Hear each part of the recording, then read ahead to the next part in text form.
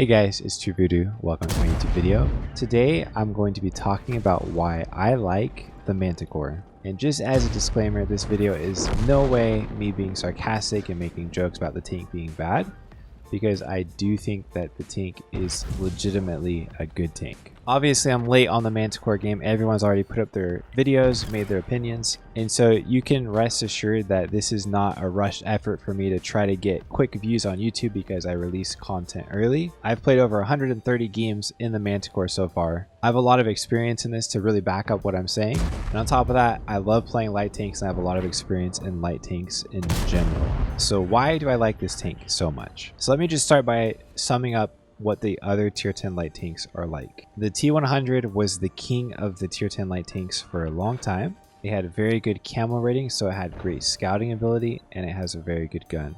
The 13105 also has a good camo rating, and it has a good gun. And then when you get into tanks like the WZ-132-1, the Sheridan, the Rheinmetall Panzerwagen, the RHM, those tanks don't have good camo rating, but they do have pretty good guns. The EBR came along and it took away a lot of the scouting rules in the game, because if you want to go for a passive scout position, now you struggle to do so because the EBRs are really good at flushing out passive scouts.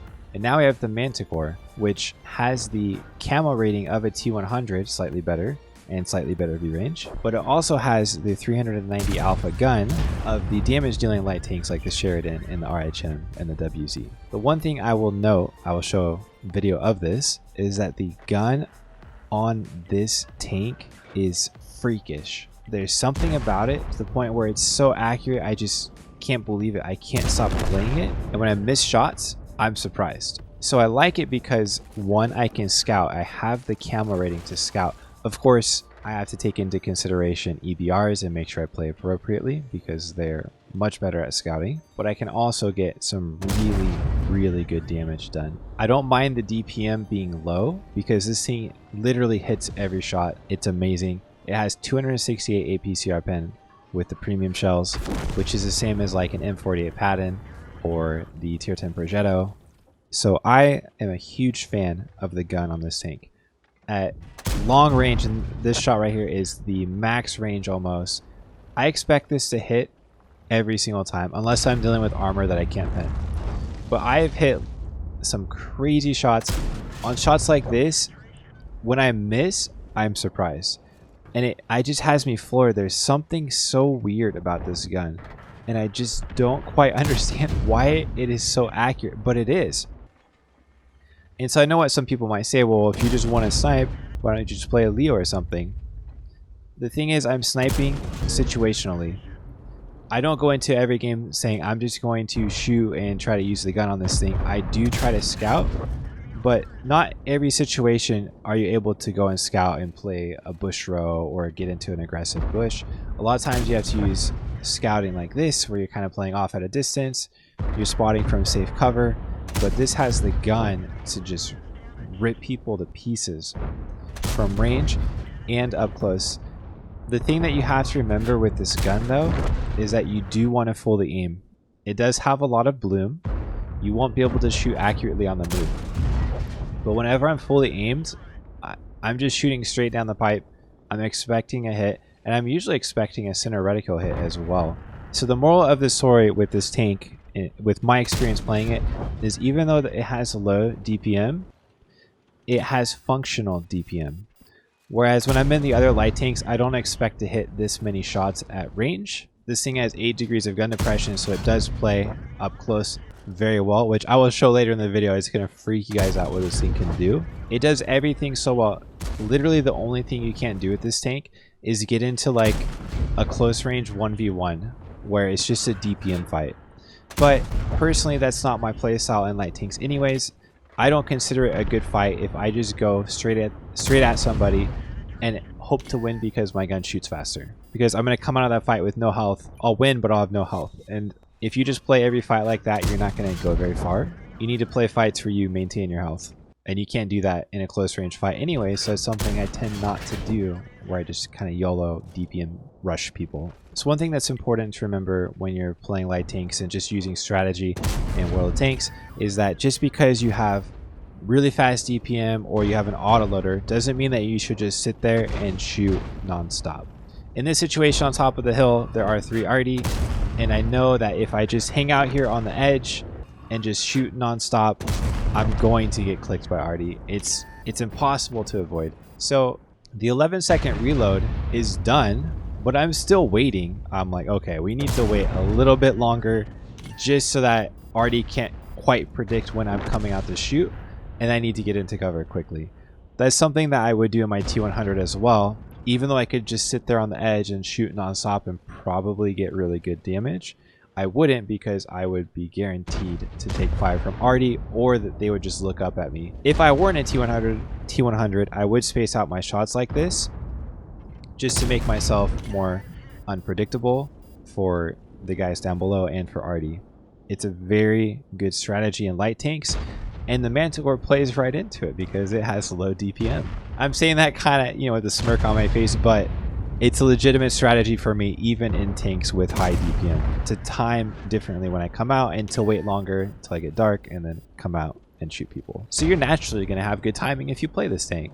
All right, let's talk about a little bit of scouting strategy. I don't like to scout in this tank versus EBRs. I don't like to scout in any tank versus EBRs. And I also don't like to active aggressive scout early game. I let other people do that. They all end up dying, and then I come in late game and make some clutch plays. If I were the EBR, or if I were like the T100, I can't tell, I can't read it, who went field, I would have played further back so that all of their snipers can't hit me, but I can still spot them. But most people to get into these like crazy YOLO fights. What I do like to do is look for those shots early, maybe see if I get any damage farm up close, and then after that I will kind of retreat and go for like a retake of field. And I'll do that in many different situations, or I'll go for like kind of a mid-game scout run. So here you can see me now. I've got my early damage. I'm going to cycle out to field. I'm going to play a smart strategic game against the EBR where I keep him at range. I'm not going to play into a zone where his snipers can hit me. And we're just going to force him out of this area, and he has to retreat. So once I have control of my area, I might go a little bit more aggressive, scout a little bit. Here I'm getting a spot on the Badger. He takes 1,000 damage. This is how you have to scout in this game versus EBRs.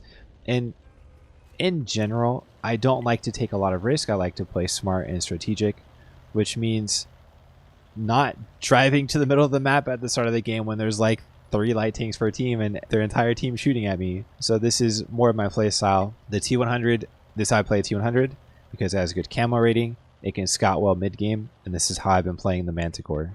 So here on the start of the game, proc Rovka, I just go up to mid. I'm working to counter scout the 1-line push from here. I think that might have been the EBR who got him. I was a little bit late. Hit a track shot, and that scout's done. They don't have control of the 1-line anymore. He has to bail.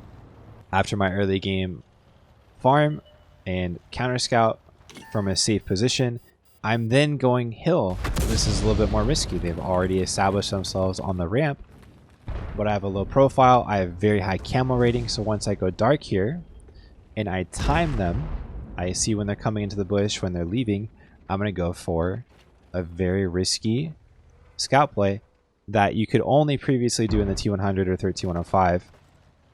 And now the Manticore, because it does have that camo rating, and I made it up on the hill, and they're done. They can't poke kill anymore with me here. It's a complete lockdown. If they try to drive into the bush, they get lit. So what I will be showing you next on the Manticore is where this tank starts to get really interesting. First, the back end of the Manticore is very short. So from the center of the turret to the back end, it's a very small distance, which makes this tank excellent if you're coming out of cover in a reverse position, which I take advantage of all the time because I've played a ton of games in the bad chat and it's the exact same play style. If you compare that to the T100 or the 13105, you can see that they are much longer, so they kind of lose a little bit of that ability, and they're also a little bit taller. So I really like the shape of this tank. So where the tank gets really interesting is the fact that the gun is mounted extremely high on the turret. What I initially thought when I saw this is that, wow, if you play ridges, they're not going to have anything to shoot at. It's going to be really tight. And it's true. But what I'm going to show you next is crazy. Okay. So I had this moment. So I was wondering why this guy didn't shoot at me. Keep in mind, I am lit here. You couldn't see previously, but I was lit. I was like, why did this guy not even shoot at me? Or like, how did... I thought he would hit me, right? I come back in, I do get lit because I come through the side of the bush. And he can spot me when I shoot. So I was lit before I shot because it was 3-second delay. I was like, why didn't he shoot me? So look at this. So we went to test this in the training room. I am shooting at Ascent Action X here. The turret is pretty high. We test this on another tank as well. I hit him right in the turret. He can't see any part of my tank. He can't even get a highlight. I come up high at the end there, but I'm not actually shooting. So what this looks like from my perspective, that's not a hard shot. That's an easy shot.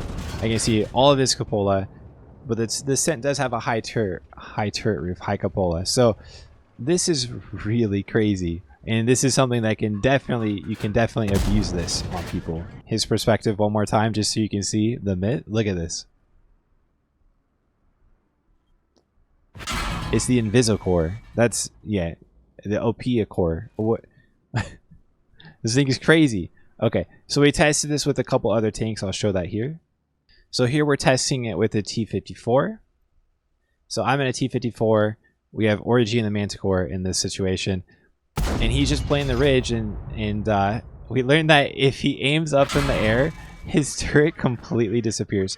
And the T-54 has a smaller turret profile, so I can see a little bit of his tank, but not enough to reliably hit him. And so you can say, well, people aren't just going to sit there and let you shoot them. And then I can say, well, if they move around, then I can expose a little bit more. And they're still not going to hit it, because it's still a really slim shot. And this was his perspective. I mean, he has a pretty easy shot on me. The gun on this thing is really accurate. And then if he aims up, the shot completely disappears. I just couldn't believe it. So while everyone's stuck looking at the low DPM, I'm like, look at this turret. The gun's mounted really high. I wonder what we can do with this. It's incredible. And the further you are, the easier it gets. You're such a low profile. It's incredible. So all in all, I love this tank. If I could make a recommendation to Wargaming on how I personally think that they should improve this tank or balance it better, I would say please fix the gun elevation. It's only 4 on the rear, 5 on the sides, 8 in the front. I like to play in reverse a lot like I am here, and it really struggles. So I would increase that to at least an 8 on the rear, 12 on the front minimum. That would be my ideal. I would fix the turret rotation. It's pretty slow. And I would give it more shells, because I do come very close on running out of ammo, and I have to limit how I play because of ammo capacity. I really don't think that they need to improve the DPM on this tank. You just have to play appropriately. Because remember, there's a difference between DPM and functional DPM. And this thing has very functional DPM. It's something that you would have to experience for yourself. I really can't complain too much though, because this tank is currently matching my T100 on combined damage per game. I can't stop playing this tank, and if you guys get it, I really hope you enjoy it. I don't like to endorse something just because. This thing is really special to me, and I've had a blast with it. I hope you guys do too if you decide to get it. Thank you so much for watching, and I'll catch you guys on the next video.